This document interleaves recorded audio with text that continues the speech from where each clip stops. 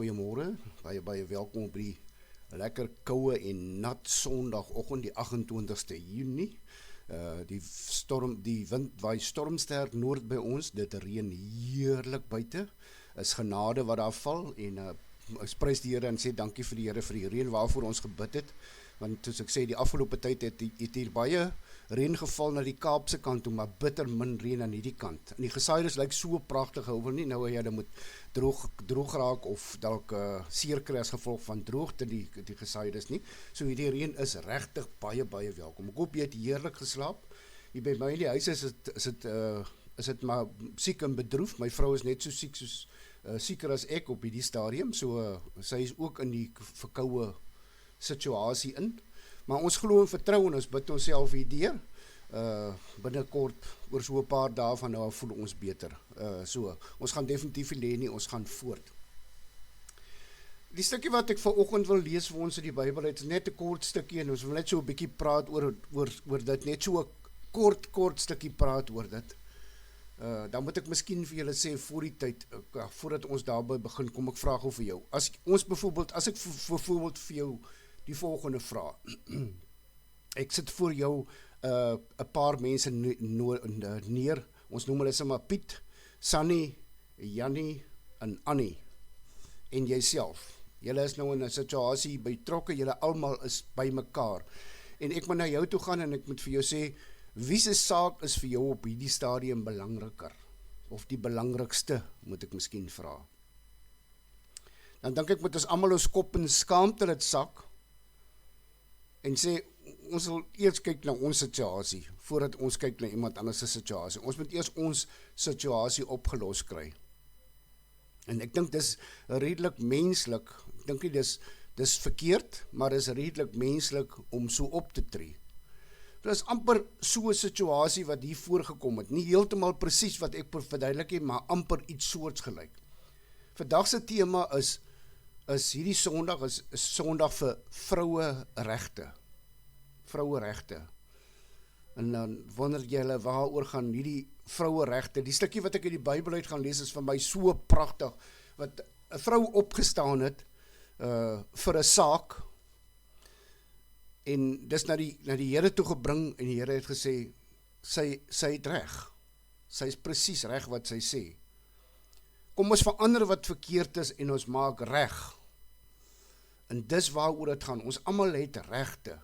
En ons moet nie net gaan lê nie, ons moet opstaan vir, as jy reg het, staan op vir jou reg, moet nie net gaan lê nie, dit is, jou reg is belangrik. So, vanoggend se regte is vroueregte. 'n Vrou het opgestaan en gesê, ek is nie tevrede nie, en kom ons kyk wat by hierdie storie gebeur. So, die van julle wat julle Bybel saamgebring het, en wat graag wil saam lees, is meer as welkom.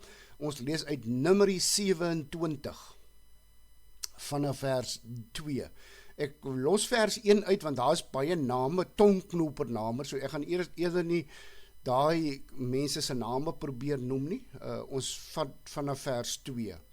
Dit gaan oor die dogter van Selofgat, of Selofgat, net soos jy dit wil noem. Maar in elk geval, dis hoekom ek die eerste versie uitlaat, so die van julle wat julle Bybel saamgebring het, Numeri 27 vanaf vers 2. Kyk ons gou wat hierdie stukkie vir ons verduidelik en vertel, en dan sê jy self sien wat ek sê, dis nogal eintlik 'n pragtige verhaal hierdie. Ek het nou reeds my koppie koffie uitgedrink, so ek kan nie eers 'n silkie koffie vat vanoggend nie, maar as ek nou hier klaar uitgesaai is, gaan ek definitief vir my 'n tweede koppie uitgooi vir die oggend. Vers 2 lei as volg. Hulle het voor Moses en die priester Eleazar en voor die leiers van die hele gemeente by die ingang van die tent van ontmoeting gaan staan en gesê, ons pa is in die woestyn dood. Hy was nie een van Korag se bende wat teen die Here gesweer het nie. En hy het deur sy eie sonde gesterf en geen seuns gehad nie. Waarom moet ons pa se naam uit sy familie verdwyn, net omdat hy nie 'n seun gehad het nie? Gee vir ons grond tussen die van sy familie. En Moses, hulle die saak voor Moses gebring, en wat Moses doen, hy doen die volgende. En Moses het hulle saak voor die Here gebring. En kyk wat sê die Here. En die Here het vir hulle gesê, Selofgat se dogter het gelyk. Jy moet beslis vir hulle eie grond tussen die van hulle pa se familie gee. Gee vir hulle die grond wat hulle pa sou gekry het. En sê vir die Israeliete as volg, as iemand sterf en hy het nie 'n seun nie, moet julle sy grond aan sy dogter gee. As hy ook nie 'n dogter het nie, gee sy grond vir sy broers.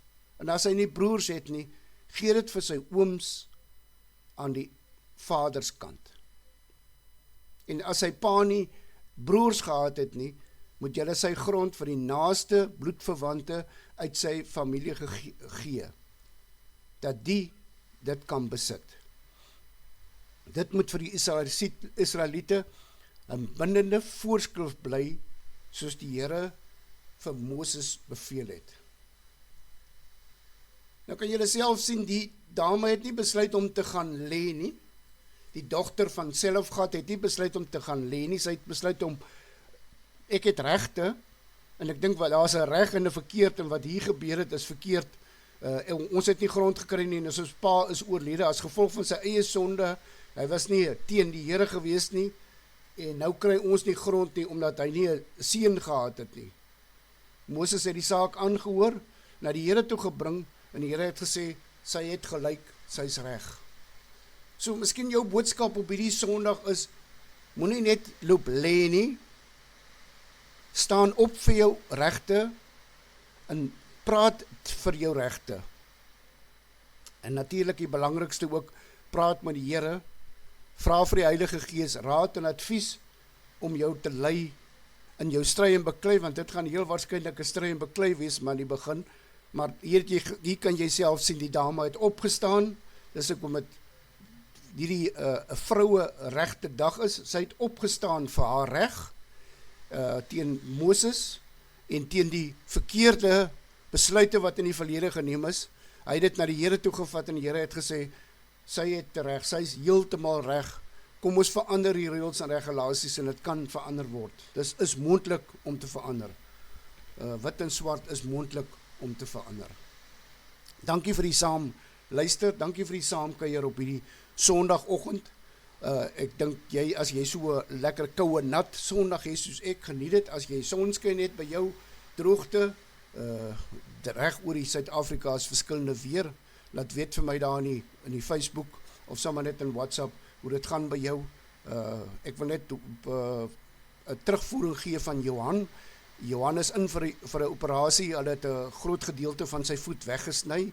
Die dogter het die voet oopgelos, hy is op die stadium onder sterk antibiotika.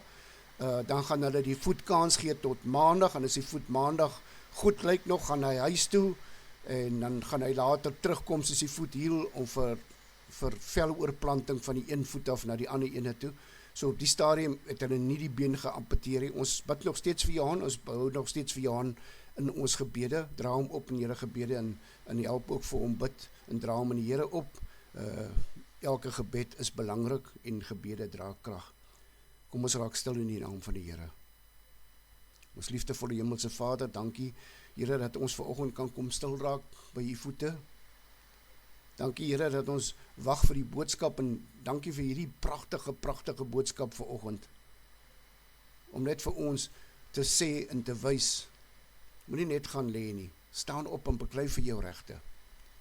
En veral vir die dames, spesiaal vir hulle vanoggend, en die mans kan maar luister Here, want baie keer is ander mense se sake belangriker as joune, en hier is definitief 'n ander se saak wat baie belangriker is as ons, en maar dankie daarvoor, dankie Here vir die woord vir vanmôre, en dankie Here dat ons weet dat u met almal gaan vanmôre wat siek is, wat nie gesond is nie.